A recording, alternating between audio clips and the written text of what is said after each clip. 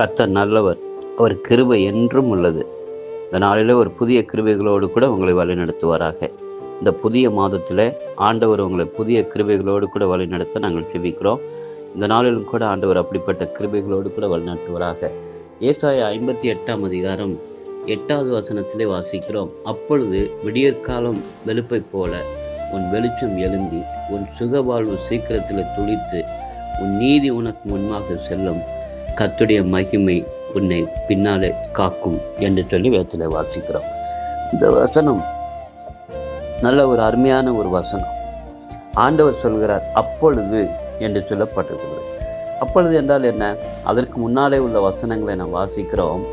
பசி உள்ளவனுக்கு உன் ஆகாரத்தை பகிர்ந்து கொடு, சிறுமையானவர்கள் வீட்டிலே சேர்த்துக்கொள், வஸ்திரம் இல்லாதவனுக்கு கண்டால் அவனுக்கு வஸ்திரத்தை கொடு. இப்படிப்பட்ட காரியங்களை நீ செய்யும் பொழுது ஆகாரம் இல்லாதவனுக்கு ஆகாரத்தை கொடு, வீடு இல்லாதவனை தேடி கண்டுபிடித்து அவனை உன் வீட்டுக்கு அழைத்து வந்து வைத்துக்கொள். 3வது, ஆடை இல்லாதவனுக்கு உன் ஆடைகளை கொடுத்து அவனுக்கு உதவி செய் என்று சொல்லுகிறார். இப்படிப்பட்ட அந்த காரியத்தை நீங்கள் செய்யும் பொழுது விடியற்காலம் வெளிச்சம் உங்கள் சூரியனை போல வெளிச்சமாக காணப்படும். உங்கள் சுக வாழ்வு சீக்கிரத்திலே துளிர்க்கும். சுக வாழ்வு, உங்கள் காயங்கள் மாறும், உங்களுக்கு சுகம் கிடைக்கும், வெற்றி கிடைக்கும் என்று சொல்லப்படுகிறது. உங்கள் நீதி நன்மை உங்களுக்கு முன்னாலே செல்லும், கர்த்தருடைய மகிமை உங்களை மூடிக்கொள்ளும் என்று சொல்லி பார்க்கிறோம்.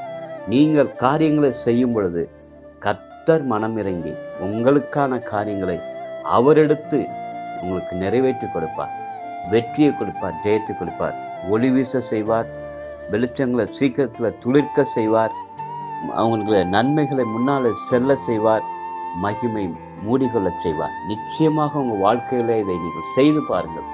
ஆண்டவரை நீங்கள் சோதித்து பாருங்கள். நீங்கள் செய்ய வேண்டிய காரியத்தை சரியாய் செய்யும்போது தேவன் உங்களை அப்படிப்பட்ட ஒரு ஆசீர்வாதங்களோடு கூட இந்த புதிய மாதத்தில் நிச்சயமாக வழி நடத்துவார் என்பதில் எந்த விதமான சந்தேகம் இல்லை.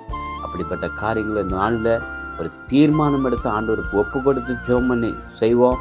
கர்த்தருடைய ஆசீர்வாதத்தை நீங்கள் பெற்று சந்தோஷமாக வாழ்வதற்கு ஆண்டவர் உதவி செய்வார். அப்படிப்பட்ட கிருபைகளோடு கூட உங்களை வழிநடத்த நாங்கள் தொடர்ந்து ஜெபிக்கிறோம். நல்ல ஆண்டவரே, உமக்கு ஸ்தோத்திரம். உங்களுடைய வாக்கு தத்தங்கள் நிச்சயமாக உங்களுடைய பிள்ளைடைய வாழ்க்கையில நிறைவேறுவதற்கு ஆண்டவர் அனுக்கிரகம் பண்ண வேண்டும் நாங்கள் ஜெபிக்கிறோம். தாழ்ச்சி ஒப்பு கொடுக்கிறோம். இயேசு நாமத்தில் கேட்கிறோம் நல்ல பிதாவே, ஆமென்.